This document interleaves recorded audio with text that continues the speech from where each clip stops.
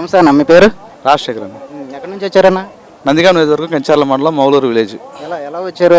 ప్రభుత్వం ఏర్పాటు చేసిన బస్సుల్లోనే వచ్చారా? ఏర్పాటు చేసిన బస్సులో వచ్చినా, ప్రభుత్వం ఏర్పాటు చేసిన బస్సులతోనే వచ్చాం. చాలా సౌకర్యాలు చాలా బాగున్నాయి. భోజనం చేశారా? భోజనం చేసాం. ఏమేమి పెట్టారు భోజనాల్లో? భోజనం పెట్టారు, పులిహార పెట్టారు, ఉప్మా పెట్టారు, అరటిపండు ఇచ్చారు, మజ్జిగ ప్యాకెట్ ఇచ్చారు, ఓఆర్ఎస్ ఇచ్చారు. అంతా బాగా చేశారు. సిస్టమేటిక్గా ఉంది అంతా. ఇప్పుడు ఎవరి మీద ప్రేమతో వచ్చారు ఇక్కడ రాజధాని గ్రామానికి? బాబు గారిని ప్రేమతో వచ్చాం, చంద్రబాబు నాయుడు గారి ప్రేమతో వచ్చాం. ఎందుకని ఆయన అంటే ఇష్టమా? చాలా ఇష్టం.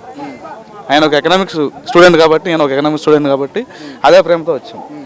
అంటే చాలా మంది డబ్బులు తీసుకుని వస్తున్నారు అని చెప్పి వైసీపీ నాయకులు మాట్లాడుతున్నారు. చాలా మీరు ఏమన్నా డబ్బులు తీసుకుని వస్తున్నారా? ఇదేం పేటీఎం ప్రభుత్వం కాదు, ఇది మాటల ప్రభుత్వం కాదు, చాలా ప్రభుత్వం ఈ ప్రభుత్వం. సో మేమైతే జెన్యున్గా వచ్చాము. అంటే అమౌంట్ అయితే తీసుకుంటారా?